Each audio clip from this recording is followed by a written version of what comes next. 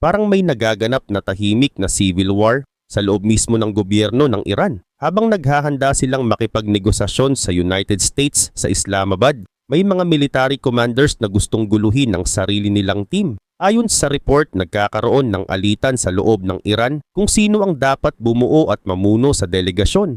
Pinangungunahan ito ni Ahmad Bahidi na gustong bawasan ang kapangyarihan ng foreign minister at speaker sa usapan. Hindi lang yon, gusto rin niyang magpasok ng bagong miyembro sa negotiation team, ang sekretary ng Supreme National Security Council. Pero kontra ang ibang opisyal. Para sa kanila, kulang pa ito sa experience para sa ganitong kalaking usapan. Lalo na kung ang nakataya ay posibleng sanctions relief at $1 billion na economic impact. Kasabay nito, iginiit ni Bahidi at ng IRGC Aerospace Commander na dapat walang pag-uusap tungkol sa missile program ng Iran. Ito ay matagal na nilang posisyon at ngayon mas lalo nila itong pinipilit habang lumalakas ang kontrol ng IRGC sa bansa. Pero hindi lang sa taas ang problema. Pati sa loob ng lipunan ng Iran may pagkakahati na rin. May mga supporters mismo ng Islamic Republic na ngayon ay nagpoprotesta laban sa foreign minister at sa speaker dahil sa pakikipag-usap nila sa US. Para sa kanila, delikado ang negotiation. Habang tumitindi ang alitan na ito, hindi lang politika ang naaapektuhan, pati ang ekonomiya. Dahil bawat delay sa usapan, tuloy ang pressure mula sa sanctions at patuloy ang paghina ng financial system ng Iran. Sa ngayon malinaw ang sitwasyon. Habang may usapan sa labas, may labanan naman sa loob. At ito ang posibleng magdikta kung saan tutungo ang Iran sa mga susunod na araw. Ngayon tignan mong maigi ang matinding protesta na ito ng mga tao laban sa kanilang foreign minister. Westerners, curse your parents, Mr. Arachi. May they put dust on your head. Look, people are having a stroke in front of the Ministry of Foreign Affairs. By the Quran, they are having a stroke, shouting and rioting. Curse your father, your actions, curse your existence, curse your head. May they put dust on your head. May they put dust on your head. Para sa maraming Iranian, ang pakikipag-usap sa United States ay parang pagtataksil. Pero kahit ganun ang tingin ng iba, tuloy pa rin ang negotiation. Originally, nakatakda sana itong maganap ngayong araw, Friday. Pero ayon sa mga opisyal ng Pakistan na namamagitan sa usapan, na-move na naman ito. Ngayon inaasahang magaganap ito sa weekend at hindi lang isang araw, kundi posibleng tumagal hanggang Monday o Tuesday. Habang tumatakbo ang usapan, may isa pang malaking issue na bumabagabag dito. May ilang opisyal ng Iran na nagsasabing aatras sila sa negotiation kung walang ceasefire sa Lebanon. Para sa Iran, kasama raw ito sa napagkasunduan dati. Pero para sa US at Israel, hindi raw ito bahagi ng deal. Sa gitna nito, naglabas ng pahayag si Donald Trump. Ayon sa kanya, si Benjamin Netanyahu ay pumayag sa ceasefire setup at magiging mas low-key laban sa Hezbollah sa Lebanon. Pero hindi doon natapos. Diretsahan ding binatikos ni Trump ang Iran, sinabing hindi raw nila tinutupad ang kanilang bahagi ng kasunduan. Isa sa pinaka-critical na usapan dito ay ang Strait of Hormuz. Dapat bubuksan ito ng Iran kapalit ng pagtigil ng bombing ng US. Pero ayon sa mga datos, halos walang pagbabago sa daloy ng oil shipments doon. Ibig sabihin, hindi pa rin nakakagalaw ng maayos ang supply ng langis. At may direktang epekto ito sa global market at presyo ng oil. At hindi lang yun. Ayon sa ulat, patuloy pa rin ang mga attack sa Gulf countries. Kamakailan lang, nag-activate ng air defense ang Kuwait para pabagsakin ng drone. Oo, nabawasan ng mga attack kumpara dati. Pero kung ceasefire ang usapan, dapat wala na talaga. Kung titingnan mo ng buo, parang walang side ang tuluyang sumusunod sa kasunduan. Ang US, tumigil sa bombing. Ang Iran hindi pa rin fully binubuksan ng oil route at may mga attack pa. Ang Israel at Hezbollah, tuloy pa rin ang labanan pero kahit ganito kagulo, may konting good sign pa rin. Nag-anunsyo ang Israel na makikipagnegosasyon sila sa Lebanon sa susunod na linggo. Hindi pa ito ceasefire, pero malaking hakbang para bumaba ang tensyon. At sa gitna ng lahat, umalis papuntang Pakistan si J.D. Vance para suportahan ang usapan. Sa ngayon malinaw ang sitwasyon. May negotiation sa papel, pero sa ground, tuloy pa rin ang laban. We're looking forward to the negotiation. I think it's going to be positive. We'll of course see, as the President of the United States said, if the Iranians are willing to negotiate in good faith, we're certainly willing to extend the open hand. If they're going to try to play us, then they're going to find that the negotiating team is not that receptive. So we're going to try to have a positive negotiation. The President has gave us some pretty clear guidelines and we're going to see. So I hope you guys have a safe flight. We'll certainly take some questions later on, but for now, let's get on the plane and hit the road. Ngayon kung iisipin mo, malamang may nakuha ng assurance ang United States. Posibleng galing sa Pakistan o mismo sa Iran na dadalo ang Iranian delegation. Kasi kung wala, hindi basta-basta lilipad ang Vice President papunta sa Pakistan ng ganoon ka-public. Dahil kung hindi sisipot ang Iran, malaking kahihiyan iyon, hindi lang sa US kundi sa lahat ng involved. At kung matutuloy ang meeting na ito, hindi lang ito basta negotiation, historic ito. Bakit? Dahil ito ang magiging pinaka-high level na meeting ng US at Iran mula pa noong Islamic Revolution noong 1979. Oo, may mga nangyari na dati. Si Barack Obama tumawag sa Iranian President during talks si John Kerry, nakipag-meeting sa Foreign Minister ng Iran. Pero ngayon, Vice President na mismo ng US ang makikipagharap. At yun ang kauna-unahang pagkakataon para sa Iran na makipag-usap sa ganitong kataas na level mula sa Amerika. Ayon sa Pakistani officials, confirm na darating ang Iranian delegation sa Islamabad sa Friday night, Pakistani time. At kung iisipin mo, magkatabi lang ang Iran at Pakistan kaya mabilis lang ang biyahe, mga 1 to 2 hours lang. Samantalang ang flight mula Washington papunta Pakistan, halos 16 hours. Kaya mas maaga talagang umalis si J.D. Vance. Pero ang totoong problema, hindi ang biyahe, kundi ang mga lumalabas na pahayag mula mismo sa Iran. Habang sinasabi ng Pakistan na tuloy ang meeting, iba naman ang tono ng mga Iranian officials. Isa sa pinaka-importanting statement ay galing sa speaker ng parliament ng Iran. Ayon sa kanya, may dalawang kondisyon na hindi pa natutupad. Ceasefire sa Lebanon at ang pag-release ng mga blocked assets ng Iran. At malinaw ang sinabi niya, hindi magsisimula ang usapan hanggat hindi ito natutupad. At dito nagiging mas komplikado ang lahat dahil yung blocked assets na yon biglang lumabas lang bilang kondisyon. Sakto pa noong nasa ere na si J.D. Vance papunta sa Pakistan. Ibig sabihin, habang umaandar ang negotiation, patuloy ring nagbabago ang rules ng laro. At ang pinag-uusapan dito, hindi lang politika, kundi bilyong dolyar na frozen funds, sanctions, pressure at control sa ekonomiya ng Iran. Kaya sa ngayon ganito ang sitwasyon. May meeting na paparating, may mga leader na papunta na. Pero sa likod nito, hindi pa rin malinaw kung matutuloy ba talaga ang usapan o mauuwi lang ito sa panibagong tensyon. Para maging fair sa Iran, may posibilidad din na hindi talaga bagong kondisyon ng mga hinihingi nila. Dahil ang totoo, hindi naman naging public ang buong detalye ng ceasefire deal. Posibleng kasama na talaga ito sa napag-usapan, hindi lang natin alam. Pero sa public side, ito ang unang beses na lumabas ang usapan tungkol sa blocked assets. May isa pang posibilidad na baka rhetoric lang ito. Alam na natin ang pattern, madalas may sinasabi ang Iranian officials sa harap ng media. Pero iba ang ginagawa nila behind the scenes.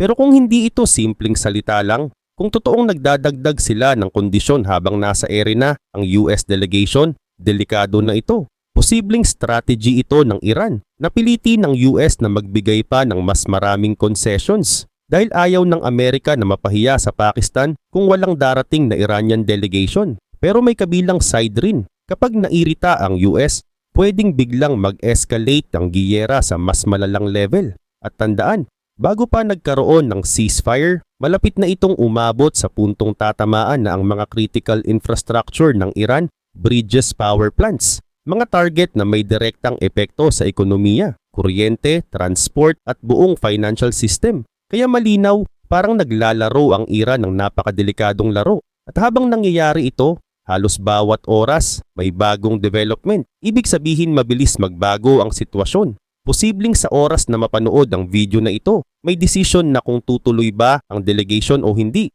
Ngayon ilipat natin ang focus sa pinaka-critical na bahagi ng usapan, ang Strait of Hormuz. Ayon sa Iran, bukas daw ito. Pero may kondisyon. Sa mga barkong pinapayagan nilang dumaan, may bayad at hindi maliit na halaga. Ayon sa Intel, humihingi ang Iran ng dagdag na roughly $1 per barrel. At kung malaking tanker ang dadaan, umaabot ito sa halos $2 million sa isang biyahe. Isipin mo yun, isang barko lang, milyon agad ang bayad. At syempre, ang epekto nito, tataas ang cost ng oil transport, maapektuhan ang presyo sa global market at babagsak ang profit ng mga kumpanya at hindi lang yan. Ayon sa report, halos kontrolado na ng IRGC kung sino ang makakadaan at kung sino ang hindi. Ibig sabihin, hindi lang ito simpleng shipping route. Ginagawa na itong leverage sa negotiation. Ngayon mas lalong umiinit ang usapan dahil sa isang matinding demand ng Iran. Gusto nilang magkaroon ng permanent control sa Strait of Hormuz. At dito na pumapasok ang mas malaking problema. Dahil kung mangyari ito, hindi lang Iran ang makikinabang, magbabago ang buong sistema ng global trade. Bakit? Kung papayagan ng Iran na maningil ng toll, ano ang pipigil sa ibang bansa? Singapore, UK, Spain. Pwede rin nilang gawin ng pareho. At kung mangyari iyon, lahat ng shipping routes sa mundo pwedeng lagyan ng bayad. At isipin mo ang epekto. Tataas ang presyo ng goods worldwide, lalala ang inflation at magkakaroon ng unfair competition sa global market. Pero ayon sa reality, napakababa ng chance na pumayag ang mundo dito. May international laws laban dito at maraming bansa, lalo na sa Gulf region, ang tututol. At may simpleng logic din. Hindi porke kaya mong isara ang isang lugar, pagmamay-ari mo na ito. Parang isang tao na may drone, kayang stop ang airport. Pero hindi ibig sabihin, pwede na siyang maningil sa airlines. At nangyari na ito dati. Noong isinara ng Houthis ang Bab el-Mandeb, hindi sila pinayagang maningil. Sa halip nagkaroon ng kasunduan para tumigil ang attacks. Kaya kahit sinasabi ng Iran na gusto nilang kontrolin ng strait, malabo itong mangyari. Pero ang mas mahalagang tanong ngayon, bakit ganito ang galaw ng Iran? Para maintindihan yon, hindi sapat na bumalik lang sa 1979. Kailangan pang mas malalim hanggang sa panahon ng mga lumang dinastiya. Dahil doon nagsimula ang mga desisyong hanggang ngayon ay nakakaapekto pa rin sa kanila. At doon mo makikita na ang nangyayari ngayon hindi lang basta political crisis. Ito ay kombinasyon ng kasaysayan, kapangyarihan at pera na ngayon sabay-sabay ng sumasabog. Pero teka, maiba tayo ng konti, tutal. Nasa gera na rin naman ang topic natin, ay gusto ko lang ipapanood sa inyo ang video na ito tungkol sa mga 10 pinaka-powerful na kasuotan ng militar sa mundo. Kaya naman simulan na agad natin.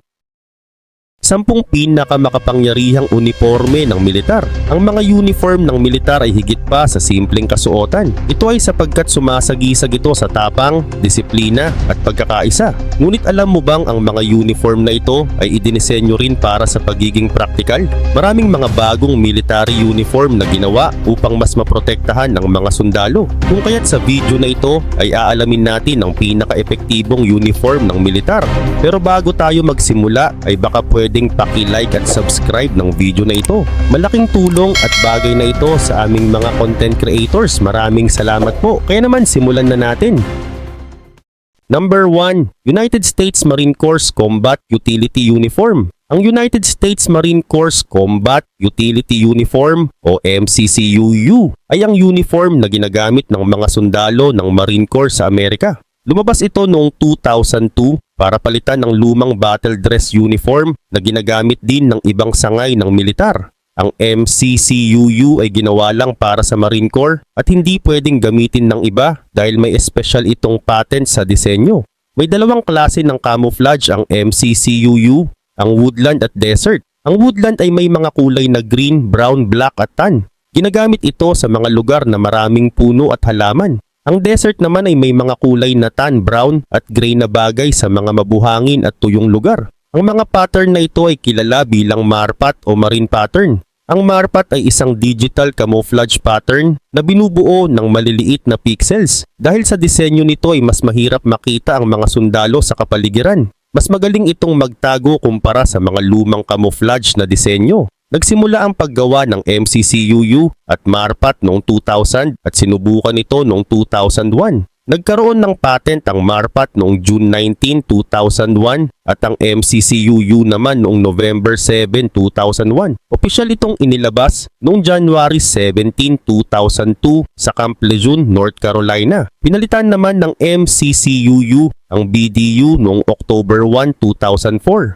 Samantala, ang MCCUU ay hindi lang para magtago kundi para rin sa kaginhawaan at tibay. Hindi na ito kailangang plansahin dahil sa permanent press treatment. Ang disenyo nito ay nagbibigay daan sa malayang paggalaw ng sundalo. May 4 na bulsa ang blouse at 6 na bulsa ang pantalon para sa mga kagamitan. Ang mga butones sa manggas ay dinisenyo para hindi sumabit sa mga bagay. Gayun din naman ang MCCUU ay sinusuot kasama ng green na undershirt o olive drab at coyote brown na combat boots. Ang karaniwang sombrero nito ay ang 8-pointed utility cover pero pwede ring gumamit ng bunny hat sa field.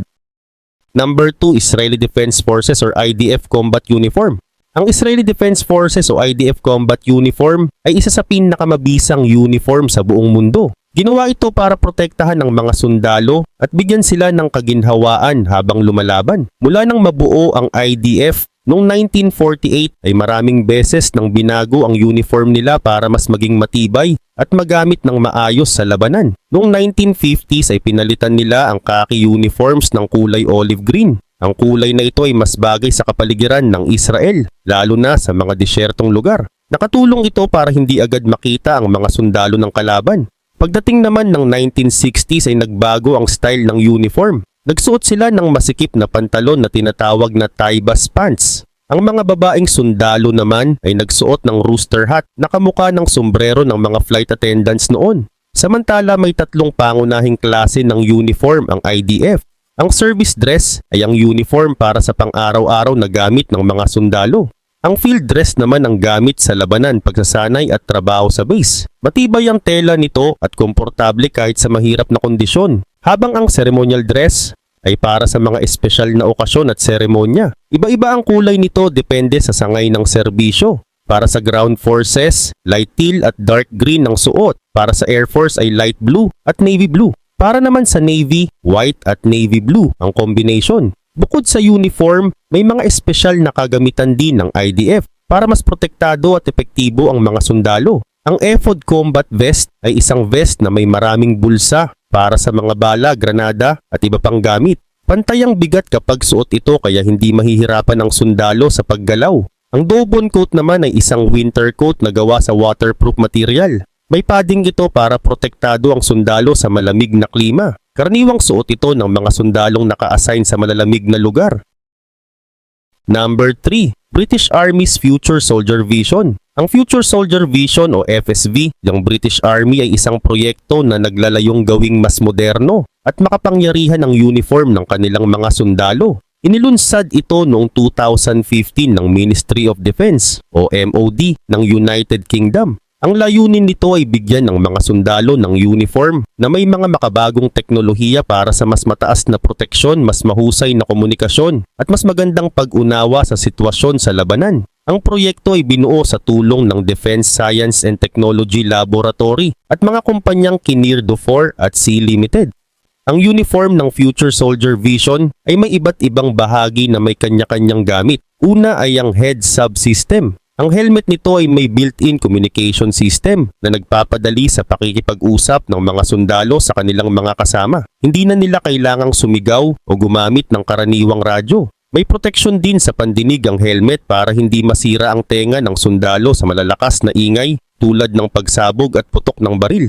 May mga sensor din ang helmet na nagbibigay ng impormasyon sa paligid nang hindi na kailangang tumingin-tingin. Bukod dito, ang torso subsystem naman ay may segmented armor na magaan pero matibay. Ang armor na ito ay nagbibigay ng proteksyon sa katawan ng sundalo laban sa mga bala at shrapnel.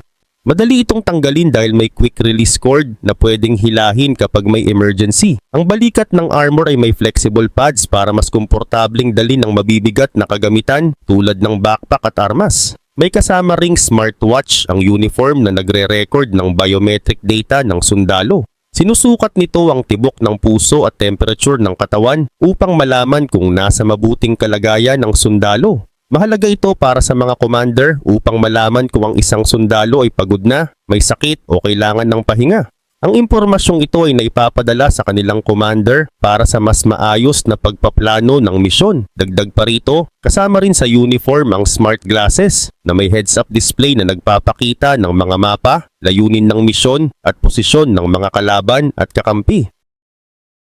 Number 4, French Felin System. Ang French Felin System ay isang makabagong kagamitan na ginagamit ng mga French soldiers. Ang ibig sabihin ng Felin ay Fantasin à Équipements et Liaisons Intégrés o sa madaling salita, infantryman na may pinagsamang kagamitan at komunikasyon. Ginawa ito para gawing mas mahusay ang mga sundalo sa labanan sa pamamagitan ng paggamit ng makabagong teknolohiya.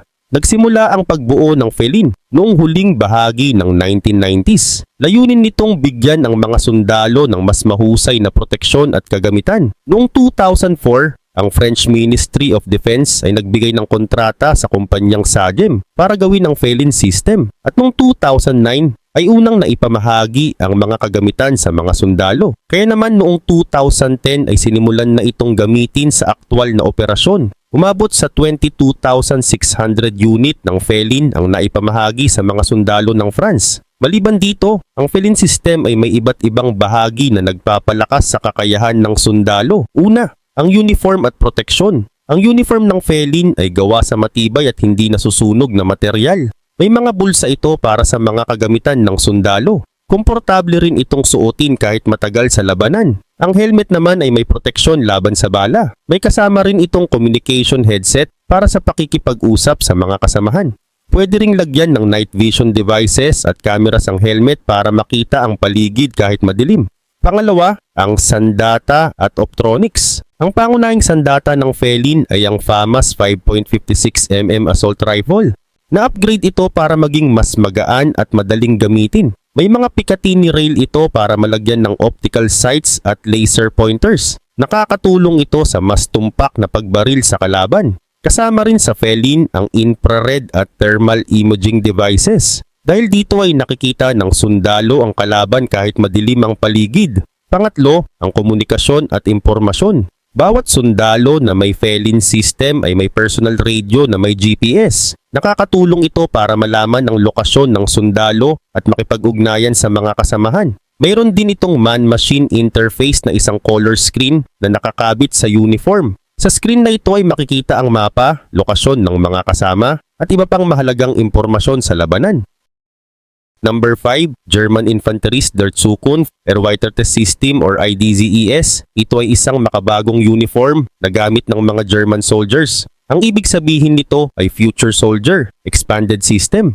Ginawa ito para bigyan ang mga sundalo ng mas mataas na kakayahan sa laban. Ang layunin ng IDZES ay palakasin ang kanilang kakayahan sa pag-atake, proteksyon, paggalaw, komunikasyon at pagsasanay. Ang IDZES ay isang sistema na pwedeng baguhin o dagdagan depende sa pangangailangan ng sundalo. May tatlong pangunahing bahagi ito. Una, ang damit at proteksyon. Ang uniform na ito ay ginawa para sa kahit anong panahon o klima. Mula sa sobrang lamig na negative 32 degrees Celsius hanggang sa sobrang init na plus 45 degrees Celsius. Protektado ang sundalo laban sa apoy, insekto at mga kemikal. Kasama rin dito ang proteksyon laban sa mga biological, radiological at nuclear na threats. Matibay ang tela ng uniform at kaya nitong pigilan ang bala at shrapnel para sa mas mataas na proteksyon ng sundalo. Pangalawa, ang sandata at optical equipments. Ang IDZES ay may mga makabagong armas tulad ng G36 assault rifle na may kasamang advanced targeting optics. Dahil dito ay mas tumpak ang pagbaril kahit sa malalayong target.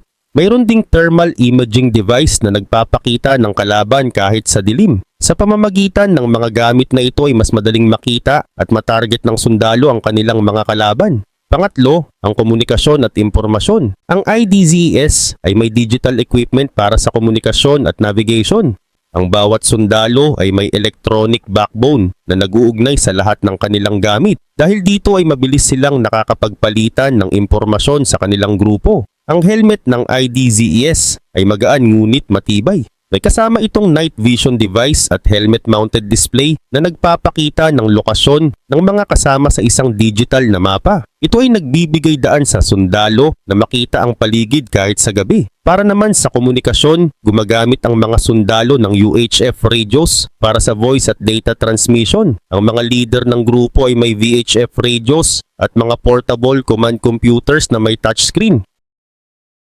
Number 6, Chinese PLA Starry Sky Camouflage. Ang Starry Sky Camouflage o Xingkong ay isang bagong uniform na ginawa ng People's Liberation Army ng China noong 2019. Pinalitan nito ang lumang Type 07 camouflage na gamit ng mga sundalo noon.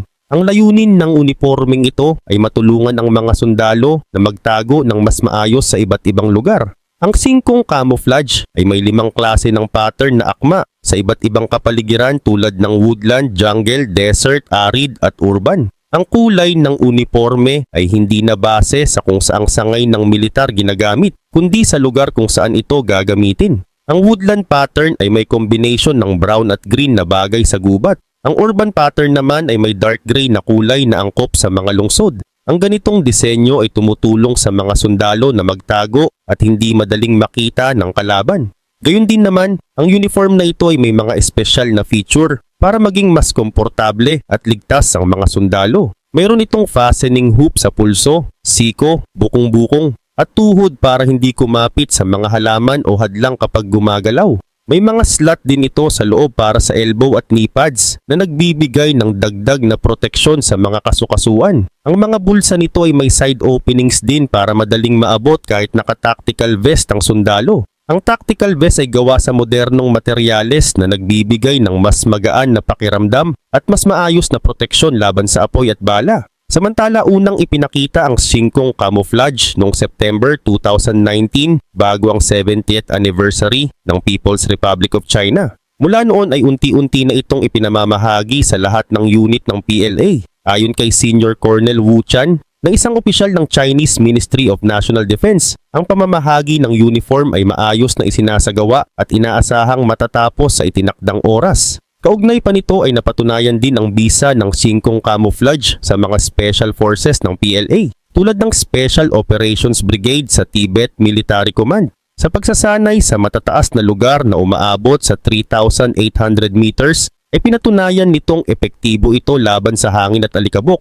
Magaan at madaling isuot ang uniformeng ito kaya nakakatulong ito sa malayang paggalaw ng mga sundalo. Ang pattern nito ay may mababang visibility kaya mahirap makita ng kalaban ng mga sundalo, lalo na sa mga misyon na nangangailangan ng tahimik na kilos.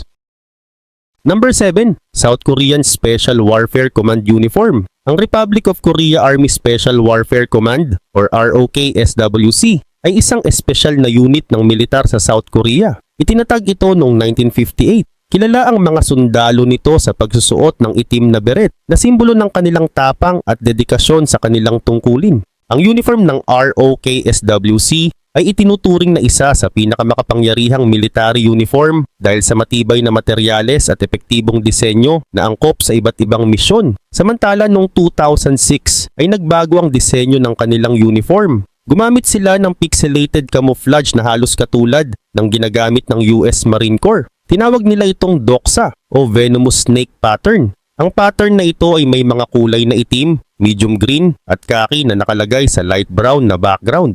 Ang disenyo nito ay ginawa upang mas madaling magtago ang mga sundalo sa iba't ibang kapaligiran tulad ng kagubatan at kabundukan. Ngunit bago gamitin ng DOCSA pattern, ang ROK Special Forces ay gumagamit ng ibang camouflage designs. At noong 1960s ang kanilang uniform ay may pattern na may itim, reddish-brown, olive green at grass green na kulay sa pale green na background. Tinawag itong swirl, noodle at waves pattern. Ginamit nila ito hanggang 1980s bago palitan ng mas makabagong disenyo na angkop sa modernong labanan. Gayun din naman ang itim na beret ay mahalagang bahagi ng uniform ng ROK-SWC. Sinimulan nila itong gamitin noong 1981 nang itatag ang 707 Special Mission Group na isang special unit laban sa terorismo. Ang itim na beret ay naging simbolo rin ng lakas, tapang at pagkakaisa ng kanilang unit. Hanggang ngayon ay ginagamit pa rin ito bilang tanda ng kanilang katapangan at dedikasyon. Kaugnay pa nito ang mga materyales na ginamit dito ay pinili para maging komportable ang mga sundalo kahit sa mahirap na kondisyon ng panahon at lugar. Ang disenyo nito ay ginawa para sa mabilis at maayos na pagkilos ng mga sundalo sa kagubatan, kabundukan at urban areas. Ang uniform ay may mga bulsa na madaling maabot, matibay na tela na hindi agad napupunit at disenyo na madaling makagalaw. Number 8. Japanese Self-Defense Forces Camouflage Uniform. Ang Japanese Self-Defense Forces or JSDF ay gumagamit ng iba't ibang camouflage uniform para maitago ang mga sundalo sa kalaban. Ginawa ang mga uniforming ito para magtugma ang kulay nila sa paligid. Ang unang version ay tinawag na Type 1 Camouflage Uniform at inilabas noong 1960s. Ginamit ito ng 1st Airborne Brigade at may kulay na itim, kayumanggi at green background. Tinawag itong Fang pattern dahil ang mga hugis nito ay parang pangil. Pero napansin din na hindi ito bagay sa karamihan ng lugar sa Japan. kaya pinalitan ito noong 1991 ng mas bagay na disenyo. Samantala noong 1991 ay inilabas ang Type 2 camouflage uniform. Ang disenyo nito ay hango sa German Flecktarn. May halo itong kulay itim, kayumanggi at green sa kaki na background. Mas bagay ito sa iba't ibang lugar sa Japan, mula sa kagubatan hanggang sa mga syudad. Ginawa itong standard uniform ng JSDF at ginagamit pa rin hanggang ngayon. Ngunit noong 2007 ay inilabas ang Type 3 camouflage uniform na kahawig ng Type 2 pero mas pinahusay ang materyales at disenyo. Mas matibay at komportable ito kaysa sa mga naunang bersyon. May pagbabago rin sa mga bulsa at fasteners para mas madali itong gamitin sa labanan. Ito rin ang kasalukuyang gamit ng mga sundalo ng JSDF sa kanilang mga misyon. Para naman sa mga misyon sa disyerto ay gumawa ang JSDF ng desert camouflage pattern. Ginagamit ito sa mga lugar na mabuhangin at mainit ang klima tulad ng sa Middle East. Unang ginamit ang pattern na ito noong 2010 sa anti-piracy operations sa Gulf of Aden. Ipinapakita nito ang kakayahan ng JSDF na umangkop sa iba't ibang lugar sa mundo. Para naman sa mga misyon sa syudad ay gumagamit ang Special Forces Group ng urban camouflage patterns. Ang mga pattern na ito ay bagay sa mga modernong lugar. Number 9.